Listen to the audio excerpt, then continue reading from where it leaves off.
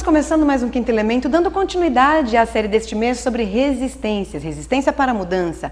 E hoje o Papo Cabeça é sobre falar. Qual a sua resistência que você tem em relação a falar de você, dos seus pensamentos, da sua ideia, talvez com algum pré-julgamento que você acredita que os outros possam fazer? É exatamente o foco que nós vamos dar, além de falar de um medo que acaba sendo natural, o falar em público. Conto com você para que possa assistir junto com a Márcia Kareliski e a Lu Bueno, falando sobre o medo de falar e falar de você. Conto com você para estar com a gente hoje.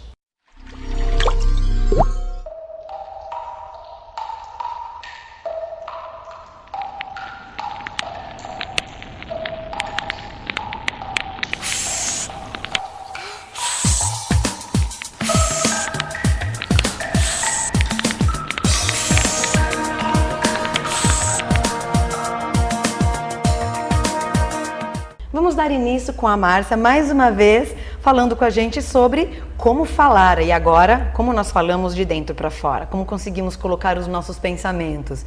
Você, Márcia, como fonoaudióloga, como que você define resistências? Quando você me convidou para vir ao programa, e quero até agradecer o convite, é um prazer estar aqui. Eu fui para o dicionário procurar o que era resistência. Resistência em falar. Tem tantas coisas dentro da comunicação, da fonoaudiologia ou das consultorias de comunicação. E as palavras que me chamaram mais atenção, assim, o ato de não ceder. Então, sou resistente ou não cedo. Ou o obstáculo. Puxa, eu até quero fazer, mas eu tenho uma série de empecilhos, eu tenho uma série de obstáculos. E todos os meus julgamentos, nossa, se eu fizer, o que é que vai acontecer? E aí eu fiquei pensando, puxa, resistência ao falar pode ser um obstáculo, realmente uma dificuldade, ou pode ser aquilo que a gente chama de inflexibilidade. Puxa, eu estou habituado a falar desta forma, e se eu falo dessa forma, eu não vou mudar, porque esse é o meu hábito. E aí seria aquela questão, inflexibilidade, que é a teimosia do comunicador. Quando você fala a falta do ceder, né, do não ceder, é a inflexibilidade. Que é o que você colocou, é exatamente isso, é do meu jeito. Ou, às vezes, eu não vou ceder aos meus medos. Então, não é tanto ceder só para o interlocutor, para o outro. Eu não cedo a mim mesma. Eu estou naquela zona de conforto. Boa eu sei correlação. Que isso, eu estou habituado a fazer e sei que dá certo. E sigo nesse ritmo. Puxa, se algo vier de diferente, ou pessoas diferentes, ou situações diferentes, aí eu não vou ceder. Eu fico na minha questão, fico bem mais confortável dessa forma. E falando em confortável, existe aí muitas vezes crenças produtivas que nos elevam a nos lançar para a vida, da mesma forma que existem as crenças limitantes que nos impedem de nos lançar para o mundo, de colocar para fora exatamente aquilo que está aqui dentro, que foi o julgamento que você mencionou. As pessoas acabam tendo um preconceito de se expor por causa de algum evento ou de alguma experiência que ela tenha tido na vida e acaba generalizando, associando aquilo e impedindo com que ela possa exteriorizar o sentimento, o pensamento, impor as ideias ou convicção de que aquilo que realmente ela tem, ou até mesmo segurança, convicção e segurança de que aquilo que ela tem dentro dela, como vai ser aceito, que é o que você disse da dúvida. Eu acho que a gente tem duas questões. Existem as questões muito pessoais, que vão da personalidade, que acho que até vale a pena a gente dizer desses estilos de comunicação. E tem algumas questões que eu chamo de culturais, de familiares. Existem famílias que não se colocam, não dizem o que falam, é da questão cultural. Existem ambientes que propiciam que a criança fale aquilo que sente, que pensa, que tem ideia. É como se fosse um comportamento aprendido? Comportamento aprendido ou algo que já vem inato de dentro da própria família. E existe dentro de cada um desses ambientes os estilos de comunicação de cada um. Que são os perfis que você falou? São os perfis. Então, por exemplo, nós temos 4 estilos de comunicadores, 4 estilos básicos. Um é o analítico, um é o expressivo, um é o total amigável e o outro é o controlador. Então, os nomes já dizem, as pessoas já são ligadas a essa questão. O controlador é aquele que tem total domínio da situação e nessas características de personalidade se comunica como tal. Então, ele tem que ter sempre, assim, vamos chamar a voz ativa. Sim. O expressivo é aquele que fala, ele não tem dificuldade nenhuma, ele é mais ligado ao estilo narcisista, ele precisa ter o comando da situação de fala. Está dentro do extrovertido também? Qual? da questão do narcisismo, você até falou... Dentro do expressivo. Do expressivo, Dentro isso. A questão do expressivo. extrovertido também está alinhado Sim, isso? porque ele gosta de falar, ele gosta de ter domínio dessa situação de fala. Tem o controlador que ele pode gostar ou não de falar, mas ele, na hora que ele precisa ter o controle, ele se expressa. E o expressivo não, ele está sempre aberto a essa questão da comunicação, mas muito ligado naquilo que ele gosta, daquilo que ele acredita. Na relação pessoal mesmo. Pessoal para ele e para com os outros e para o ambiente. Ele gosta de ser o centro de atenção. Que é totalmente diferente, por exemplo, do analítico. O analítico, ele é muito racional. Então, ele vai falar aquilo preto no branco, naquele momento certo, onde ele já estruturou e fez a arquitetura da comunicação dele. E o amigável é o nosso caso.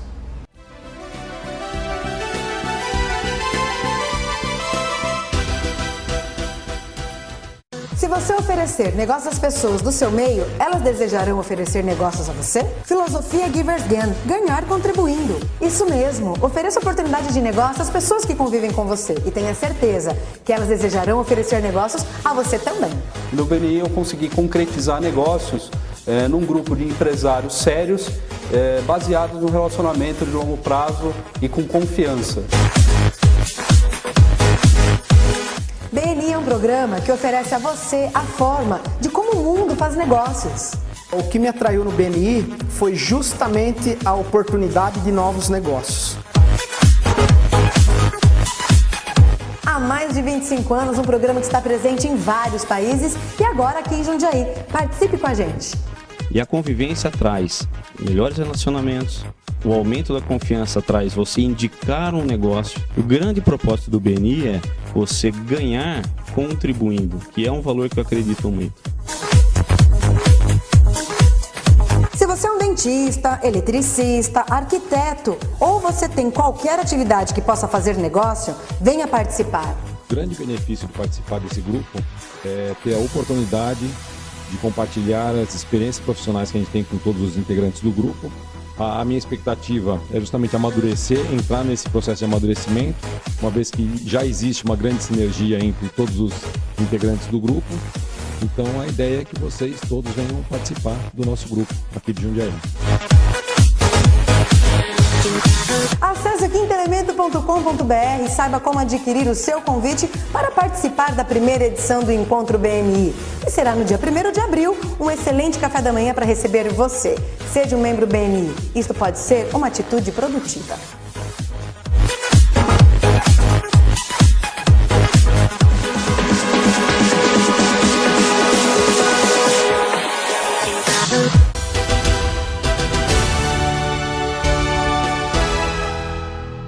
E o amigável é o nosso caso, que é o que tem mais dificuldade de falar. Apesar do nome ser amigável, ele gosta de falar, mas em ambientes que ele sabe que não vai haver julgamento. O amigável, pra gente fica na zona de conforto, aquilo que não oferece ameaça. Ele não vai para uma briga, é aquele que paga para não entrar numa briga. Então ele não confronta. Ele, por exemplo, vamos pensar no mundo organizacional, no mundo corporativo. Ele, numa reunião, ele prefere concordar do que colocar a própria opinião. Entendi. Ele sempre tem o medo assim, puxa vida, o que é que vão pensar de mim? Que julgamento terão? Então, o amigável, ele tem que tomar cuidado, porque ele é ótimo para fazer amizades, ele está sempre sorrindo, ele é sempre simpático, mas ele pode ser visto como ingênuo, dissimulado, inseguro, imaturo. Por quê? A condição dele de colocar tudo que ele pensa, ele sempre fala assim, o que é que vai acontecer comigo? Será que eu vou ser aceito pelos meus pares? Não vou ser aceito pelos meus pares? Puxa, dentro do meu ambiente familiar, se eu realmente falo aquilo que eu penso, será que eu não vou criar brigas? Confusões. É o amigável novamente, ele sempre quer uma situação de estabilidade, de harmonia, que é muito produtivo, mas se pode ter um ambiente amigável, você sabendo ter uma comunicação assertiva, se colocando as suas opiniões, isso é possível? Com certeza. Geralmente o amigável é o que menos busca ajuda. Quando a gente lê os trabalhos e pesquisa, quem são as pessoas que mais procuram ajuda para se comunicarem melhor, ou nessa questão da expressividade? Nunca é o amigável. É o controlador, né? Por exemplo, deve ser o que mais procura. Ou o expressivo para aperfeiçoar ainda mais São uma aqueles, competência os que dois, ele tem. né? Os dois finais ali que você colocou, né? O expressivo e o controlador é o que mais procuram. Eu não sei se são o que mais procuram, mas quando a gente vê em cargos de liderança, as pessoas que mais procuram treinamento para essa questão da expressividade são as pessoas que já estão em cargos assim. Que legal, a E que tendência já é essa. tinham talvez uma habilidade, eu não vou dizer nata, mas Sim. com mais facilidade. Com potencial e que ali. depois aperfeiçoam. E a relação da timidez? É aí que eu ia entrar nessa questão. Ok. O contraponto é exatamente isso. Existem pessoas que são tímidas e gostariam, têm o desejo de se comunicar, mas a timidez é tão grande que a impedem. Márcio, o que é ser tímido? O que é timidez? Me explica isso, porque quando falo em timidez, por ter a neurolinguística, eu já tenho o hábito natural de ressignificar. Será que a pessoa que é tímida não é uma pessoa mais introvertida, mais observadora? Não necessariamente. Como que é? Me explica isso. Eu já li alguns trabalhos a respeito que a pessoa mais introspectiva não necessariamente ela é tímida. Sim. E se a gente for falar no português bem claro, assim, o introspectivo ele não gosta de falar. É muito mais fácil da gente entender dessa maneira. E como a gente vai identificar isso? Gostar. Quem é, onde eu sou o tímido ou estou tímido, onde eu sou introspectivo? E o tímido, por exemplo, que pistas a gente pode ter? Deixa eu só pensar assim, da seguinte forma, o introspectivo ele pode ter total competência de comunicação na hora que ele quer se expressar. Entendi. E o tímido não. O tímido ele legal. tem o desejo, ele quer falar, ele quer colocar Mas o que ele algo pensa, impede. mas ele tem um obstáculo, um empecilho. Você me perguntou o que é timidez, é exatamente esse desconforto que ele tem, ou frente a pessoas desconhecidas, ou frente a situações novas. Então é sempre aquele desconforto, é como se fosse uma ansiedade frente a essas situações novas, ou que gerem conflito para ele. Então, por exemplo, o tímido, às vezes a gente vê assim, em casa, puxa, ele não é tímido, mas ele é tímido dentro da empresa. Ele é tímido, por exemplo, na hora de abordar, por exemplo, uma namorada, um namorado. E como é que a gente observa isso? Por exemplo, se você está no ambiente de trabalho e percebe que aquela pessoa tem total competência e habilidades muito boas, mas não se coloca, observe como é o comportamento dela. No momento, por exemplo, de reunião, a pessoa, por exemplo, fala num volume mais fraco, fala mais para dentro, não articula tão bem as palavras, não faz olhar, desvia o olhar do olho do interlocutor. Então você começa a perceber, puxa vida, essa pessoa é tímida. Esses comportamentos são evidências Mostram muito. Então, diferente do introvertido. Foram feitas pesquisas muito interessantes com pessoas com baixa timidez e alta timidez. As pessoas que tinham alta timidez tinham todas essas características, até um estudo recente que foi feito dentro da fonoaudiologia. Quem tinha alta timidez tinham comportamentos muito significantes, prevalentes dessas questões de comunicação. Então fala menos, fala fraquinho, não articula tanto como eu te falei, Sim. tem muita dificuldade de olhar. Vamos falar do medo, principalmente em falar em público no segundo bloco? Com certeza. Quero convidar você que acabou de chegar, estamos falando sobre resistência ao falar, tanto sobre você como as suas ideias, as suas opiniões. Na série deste mês sobre resistência. Continue por aí, vamos para o intervalo rapidinho, conto com você. Vamos lá.